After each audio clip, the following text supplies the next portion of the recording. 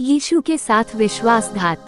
हर साल यहूदी फसह का पर्व मनाते थे। यह एक उत्सव था जब वो याद करते थे कि परमेश्वर ने कई सदियों पहले मिस्र की गुलामी से उनके पूर्वजों को बचाया था। यीशु मसीह के सार्वजनिक उपदेशों के 3 साल बाद अपना पहला उपदेश शुरू किया। यीशु ने अपने चेलों से कहा कि वो यरूशलेम में उनके साथ फसह का जश्न मनाना चाहता था और यह वही जगह है जहां उसे मार डाला जाएगा। यीशु के शिष्यों में से एक यहूदा नाम का एक आदमी था। वह चेलों के धन की देखभाल करता था। वो पैसों से प्रेम करता था और अक्सर उसमें से चुराता था। यीशु और चेलों के यरूशलेम में पहुंचने के बाद यहूदा यहूदी गुरुओं के पास गया और पैसों के बदले यीशु के साथ विश्वासघात करने का प्रस्ताव रखा। वह जानता था कि यहूदी गुरुओं ने यीशु को मसीहा के रूप में अस्वीकार कर दिया था और वे उसे मरवा डालने की योजना बना रहे थे। यहूदी गुरुओं ने प्रधान याजक के नेतृत्व में यीशु को धोखा देने के लिए उसे 30 चांदी के सिक्के तोलकर दे दिए। इस बात की भविष्यवाणी नबियों ने पहले ही कर दी थी। यहूदा ने पैसे लिए और वह वहां से चला गया और वह अवसर ढूंढने लगा कि यीशु को किसी तरह पकड़वा दे। यीशु यरूशलेम में अपने चेलों के साथ फसह का दिन मना रहा था। फसह के भोजन के दौरान यीशु ने रोटी ली और आशीष मांगकर तोड़ा और उन्हें दी और कहा, लो और इसे खाओ, यह मेरी देह है जो तुम्हारे लिए दी जाती है। मेरी याद में यही किया करो। इस प्रकार यीशु ने उनसे कहा कि उसका शरीर उनके लिए बलिदान किया जाएगा।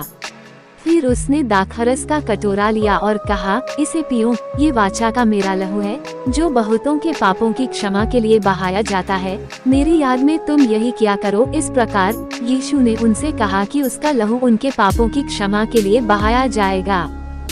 फिर यीशु ने अपने चेलों से कहा, तुम में से एक मुझे पकड़वाएगा। सब चेले चकित रह गए और कहने लगे कि हम में से ऐसा कौन कर सकता है।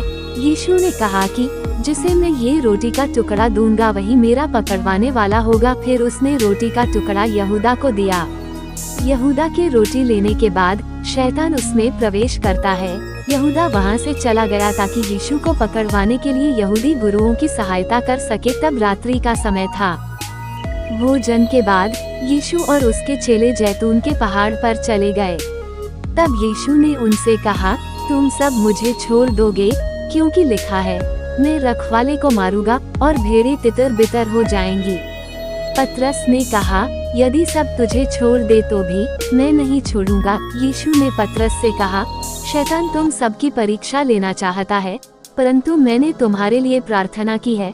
पतरस, तेरा विश्वास कमजोर नहीं होगा। फिर भी आज की रात मुर्ग के 2 बार बाग देने से पहले तू 3 बार मुझसे मुकर जाएगा।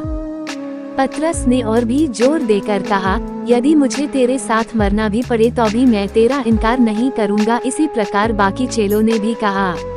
फिर वह गत्समनी नामक एक जगह में अपने चेलों के साथ आया। यीशु ने अपने चेलों से कहा कि प्रार्थना करते रहो कि परीक्षा में न पड़ो। फिर यीशु प्रार्थना करने चला गया। यीशु ने 3 बार प्रार्थना की, कहा, हे मेरे पिता, यदि हो सके तो इस दुख के कटोरे में से मुझे पीने मत देना, परंतु यदि मनुष्यों के पापों की क्षमा के लिए और कोई मार्ग नहीं है तो फिर मेरी नहीं तेरी इच्छा पूरी हो। यीशु बहुत व्याकुल था और उसका पसीना खून की बूंदों के समान था। परमेश्वर ने अपना एक स्वर्गदूत भेजा उसे बलवंत करने के लिए। प्रार्थना के कुछ समय बाद यीशु अपने चेलों के पास वापस आया, परंतु वे सब सो रहे थे। जब यीशु तीसरी बार प्रार्थना करके आया तो उसने अपने चेलों से कहा कि उठो, मेरे पकड़ने वाले आ गए हैं। यहूदा प्रधान याजकों, सैनिकों और एक बड़ी भीड़ को तलवार और लाठियों के साथ लाया। यहूदा यीशु के पास आया और कहा, नमस्कार गुरु, और उसे चूमा। यहूदा ने उन्हें ये बता दिया था कि जिसे मैं चूमकर नमस्कार करूं वही यीशु है। यीशु ने यहूदा से कहा कि तूने मुझे इसलिए नहीं चूमा है कि तू मुझसे प्रेम करता है, बल्कि तूने मुझे पकड़वाने के लिए चूमा है। जैसे ही सैनिकों ने यीशु को पकड़ लिया, पतरस ने अपनी तलवार निकाल ली और महायाजक के एक दास पर चलाकर उसका कान काट दिया। तब यीशु ने कहा कि अपनी तलवार म्यान में रख ले। क्या तू नहीं जानता कि मैं अपने पिता से विनती कर सकता हूँ और वह स्वर्गदूतों की पलटन अभी मेरे पास भेज देगा, पर मुझे मेरे पिता की आज्ञाओं को पूरा करना है। यीशु ने उस व्यक्ति को जिसका कान कटा था उसे चंगा किया। तब सब चेले उसे छोड़कर भाग गए।